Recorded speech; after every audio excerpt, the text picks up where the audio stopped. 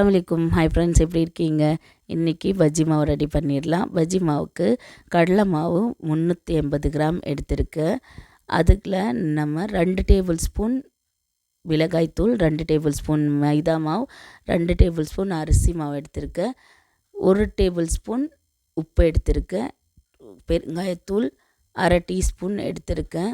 இதே அளவுக்கு நீங்களும் எடுத்துக்கோங்க. உப்பு மட்டும் உங்களுக்கு தகுந்த மாதிரி நீங்கள் டேஸ்ட்டு தகுந்த மாதிரி ஆட் பண்ணிக்கோங்க. டேபிள் ஸ்பூன் என்கிட்ட இருக்கிற ஒரு டேபிள் ஸ்பூன் எடுத்து தான் நான் காமிச்சிருக்கேன். கொஞ்சம் நல்லா பெருசாக இருக்கிற ஸ்பூன் தான் எடுத்திருக்கேன்.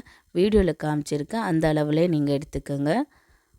இப்போ இந்த மிக்ஸ் எல்லாமே கடலை மாவில் ஆட் பண்ணிக்கலாம். கடலை மாவு ஃபஸ்ட்டு நல்லா ஜெலிச்சு எடுத்துக்கணும். ஒரு பாத்திரத்தில் எடுத்துகிட்டு இந்த பொடியெல்லாம் நம்ம மிக்ஸ் பண்ணிடலாம். மைதா ஆட் பண்ணால் நல்லா உப்பசமாக வரும், நல்லா நல்லா இருக்கும், புசு புசுன்னு இருக்கும் மைதா ஆட் பண்ணுறது. அரிசி மாவு கிறிஸ்பினஸ் தரும். இது எல்லாமே நல்லா மிக்ஸ் பண்ணிக்கோங்க. பெருங்காயத்தூள் கேஸ் ஆகாமல் கொஞ்சம் இதாக இருக்கிறதுக்காக ஆட் பண்ணுறது.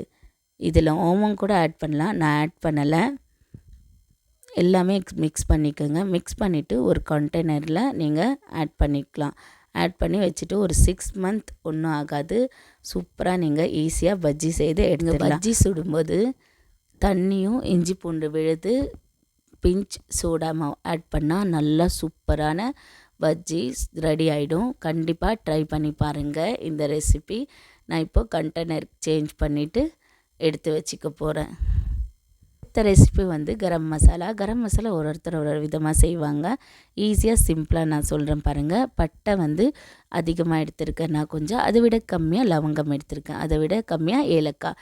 இதே குவான்டிட்டியில் எடுத்துக்கோங்க. பட்டை மட்டும் சின்ன சின்ன துண்டாக உடச்சி மிக்ஸி ஜாரில் ஆட் பண்ணிக்கோங்க. அரைக்கிறதுக்கு ஈஸியாக இருக்கும். இதை நல்லா பவுட்ரு பண்ணி எடுத்துகிட்டு வந்துக்கோங்க. கரம் மசாலா சூப்பராக ரெடி ஆகிடுச்சு. முழு கரம் மசாலா ஆட் பண்ணாமல் இது 1/4 டீஸ்பூன் ஆட் பண்ணால் போதும், சூப்பராக இருக்கும். கீமா 200 ரூபாய்க்கு வாங்கியிருக்கேன். இது 3 போர்ஷனில் நான் பிரித்து வச்சுருக்கேன். ஒன்று நான் கொஞ்சம் மக்ரூனிக்கு எடுத்திருப்பேன், இன்னொன்று நான் கிரேவிக்காக எடுத்திருக்கேன். இன்னும் இருக்கிறது 2 நாள் கழித்து கிரேவியோ இல்லை கட்லெட் எதுனா ஒன்று செய்துக்கலான்னு எடுத்திருக்கேன். இது மாதிரி நான் கொஞ்சம் பட்ஜெட்டாக பார்த்து செய்துப்பேன். உங்களுக்கு பிடிச்சிருந்தால் நீங்கள் எடுத்துக்கோங்க.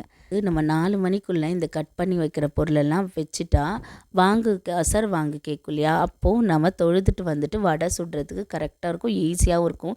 எல்லா வேலையும் செய்து வச்சுட்டு நம்ம நின்னா நான் குருமா கூட தாளிச்சிடுவேன். நோன்பு திறந்த அப்புறம் தான் சாதம் வடிச்சிட்டு பிரியாணி தம்மில் விட்டுருவேன்.